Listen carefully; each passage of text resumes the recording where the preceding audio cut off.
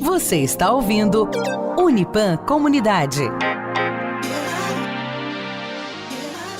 Você sabia que alergia e intolerância alimentar são patologias diferentes e demandam cuidados específicos? Então confira na reportagem de Sara Diene.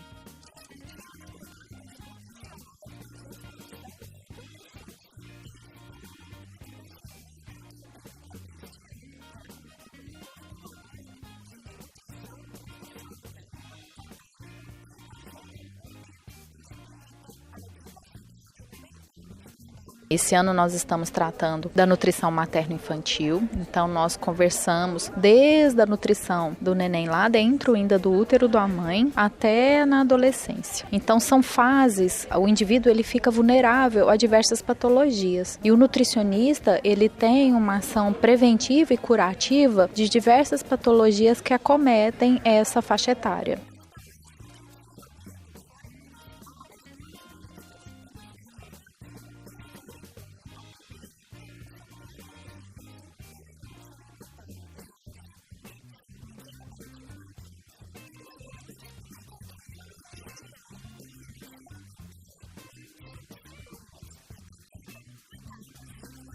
As alergias alimentares, elas são reações aos alimentos que envolvem o sistema imunológico. Então, geralmente é uma forma anormal que o sistema imunológico reage quando um alimento ele é ingerido. Já a intolerância alimentar, ele é um processo relacionado a uma deficiência que o nosso organismo tem na digestão de algum componente dos alimentos. Geralmente a alergia a gente tem com as partes proteicas dos alimentos e a intolerância com as partes dos açúcares, chamados carboidratos.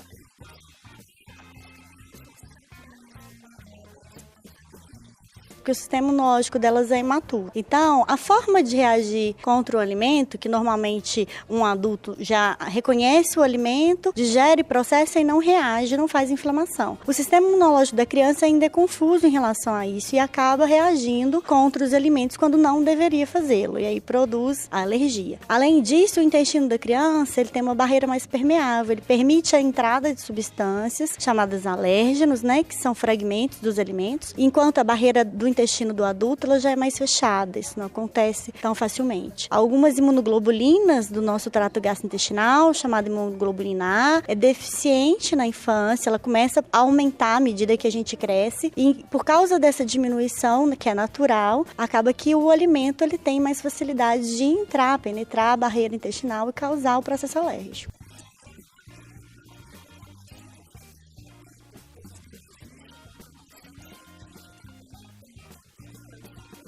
Muitas vezes o que acontece, uma oferta em quantidade exagerada de um alimento que causa a intolerância mais comum da infância, que é a intolerância à lactose. Então há uma sobrecarga, um excesso de lactose na dieta. Esse excesso não é compensado por uma produção aumentada da enzima que digere a lactose. E aí as crianças acabam apresentando sintoma. Às vezes, transitoriamente, depois de uma virose, a criança diminui também a concentração dessa enzima. Então, ao tomar a fração habitual de leite ou até o substituir, que é uma coisa comum de acontecer quando a criança adoece, almoço e jantar pelo leite, o grande excesso de lactose faz com que esse nutriente fermente dentro do intestino e cause sintomas. Não significa que a criança tem uma doença que vai carregar pro resto da vida. Às vezes é algo transitório que pode ser remediado só com uma adequação de dieta bem básica, assim.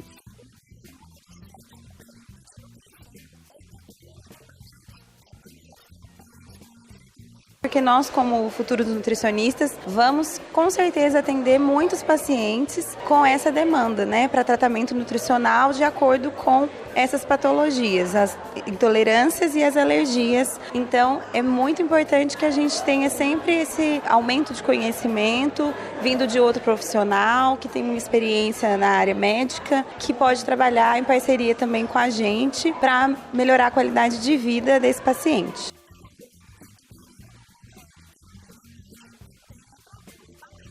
Achei muito bacana, porque é um assunto que traz muita curiosidade para nós alunos. Eu ainda estou no 5º período, tenho muito para aprender. A palestra conseguiu esclarecer muitas das minhas dúvidas. Eu acredito que a Semana da Nutrição vem com esse objetivo, esclarecer as dúvidas dos alunos. A palestrante, no caso, soube esclarecer todas elas, tanto diferenciar a intolerância da alergia, quanto para diagnóstico, tanto de criança, quanto de adolescente, quanto de adulto. Eu achei muito bacana, foi muito produtivo. Gostei bastante.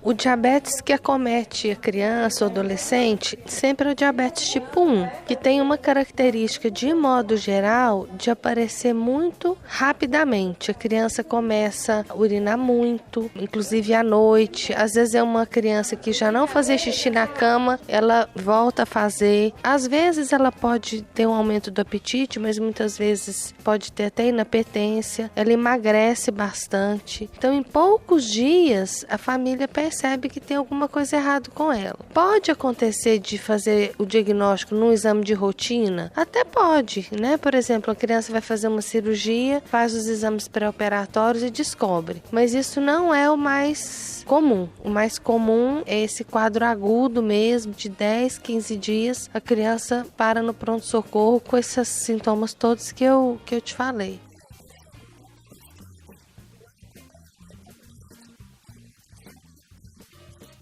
Todo diabetes são doenças muito propensas a complicações tardias. Então, se o controle não é bem feito, com o passar dos anos, essas complicações vão aparecendo. E também porque o diabetes tipo 1 é um diabetes muito instável. Tem uma instabilidade maior do que o diabetes tipo 2, porque ele perde totalmente a produção de insulina no pâncreas. As células que produzem insulina, elas param de produzir totalmente. Então, com isso, a gente entra com insulina exógena, que a gente fala, né? Insulina artificial, mas muitas vezes a gente não consegue mimetizar exatamente aquilo que a insulina do paciente faz. Então, é um paciente com glicose muito instável. Para ele diminuir essa instabilidade, ele precisa comer nas horas certas, quantidades fixas de carboidratos. Ele pode trocar, ele pode variar, né? Um dia ele come macarrão, outro dia ele come arroz, outro dia ele come batata, mas tem que ser nas mesmas quantidades para que a gente consiga padronizar uma insulina de modo a que a glicose dele não oscile muito. Então ele padroniza a dieta e a gente padroniza a insulina para se adaptar a essa dieta.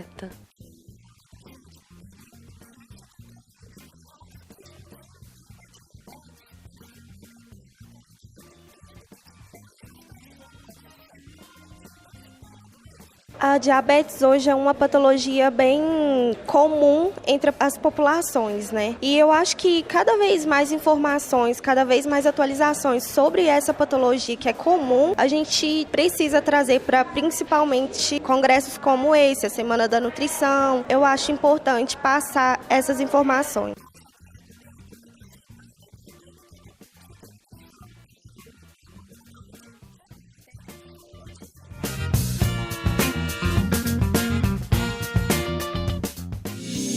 Você está ouvindo Unipan Comunidade.